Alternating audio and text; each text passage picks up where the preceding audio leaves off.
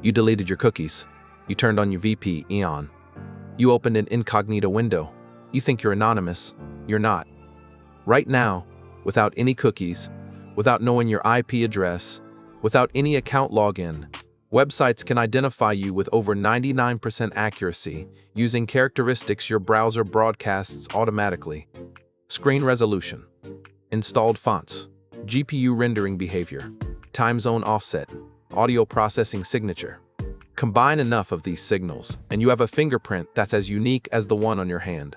And it doesn't clear when you delete your browsing history. Browser fingerprinting emerged as cookies came under legal and regulatory pressure. GDPR in 2018 required consent for tracking cookies. California's CCPA followed in 2020. Browsers started blocking third-party cookies by default. The advertising industry needed another mechanism. Fingerprinting was already documented in academic research. Peter Eckersley at EFF published a study in 2010 showing that browser characteristics could uniquely identify 84% of users. By 2022, the methods had advanced considerably. Modern fingerprinting scripts can identify over 99% of users, without setting a single cookie, without asking for consent, and without any visible indication to the user. The data points that build a fingerprint come from browser APIs that exist for legitimate purposes. The Canvas API lets websites render graphics. Fingerprinting scripts use it to render an invisible image and measure the pixel-level rendering differences produced by your specific GPU, graphics drivers, and OS. The WebGL API provides similar data from 3D rendering. The Audio Context API processes audio. Fingerprinting scripts pass a signal through your audio stack and measure the output, which varies by hardware and driver combination. Screen resolution, color depth, time zone, language settings, installed plugins, available fonts, each adds entropy. Together, they describe a machine that is statistically unique. Fingerprint.js is the leading commercial fingerprinting library.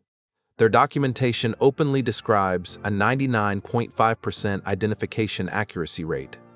Companies like banks use it for fraud prevention, identifying when a known fraudulent device is accessing accounts. Advertising networks use it for cross-site tracking.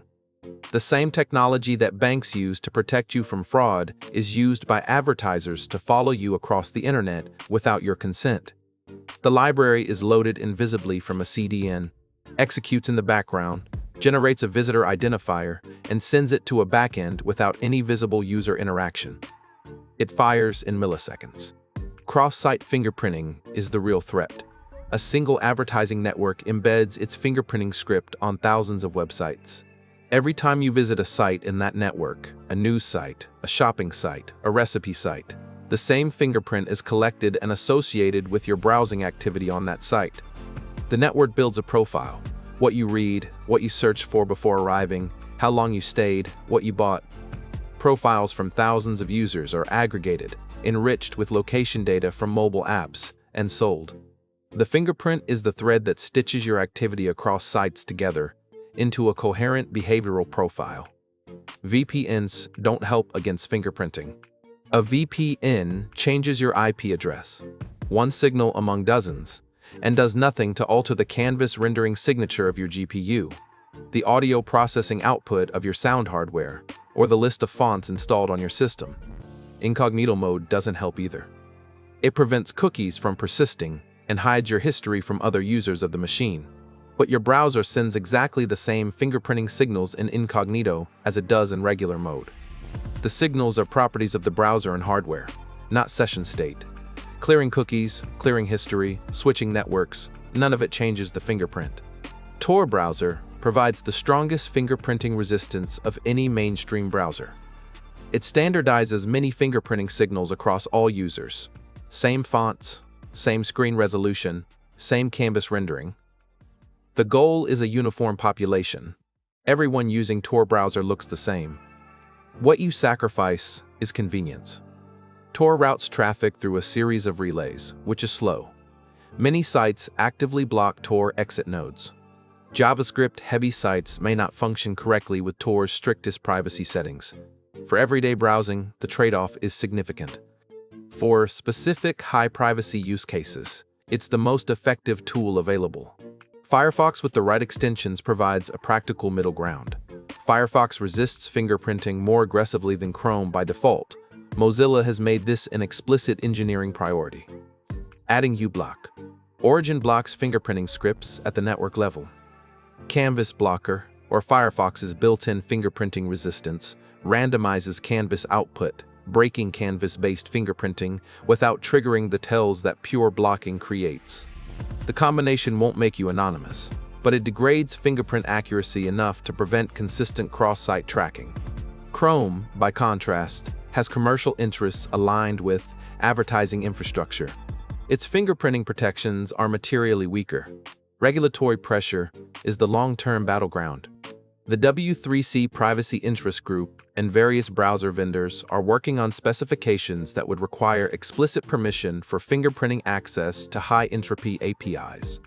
The privacy budget proposal would limit the total amount of identifying information websites can collect. These proposals are contested. Advertising companies argue they would break anti-fraud systems along with tracking. The outcome will be determined by a combination of regulation and browser vendor decisions. Apple has been the most aggressive at the API level, limiting fingerprinting capability in Safari. The landscape is shifting, but slowly. You can't opt out of browser fingerprinting the way you can decline a cookie banner. There is no button. The signals are collected automatically by design, using APIs built for legitimate purposes. The mechanism is technically invisible and legally ambiguous in most jurisdictions.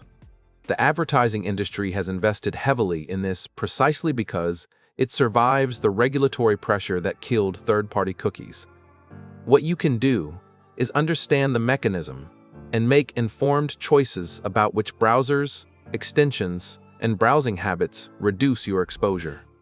If you want to understand the broader surveillance infrastructure built around your data, our video on data brokers covers what's being collected about you, how it's sold, and to whom.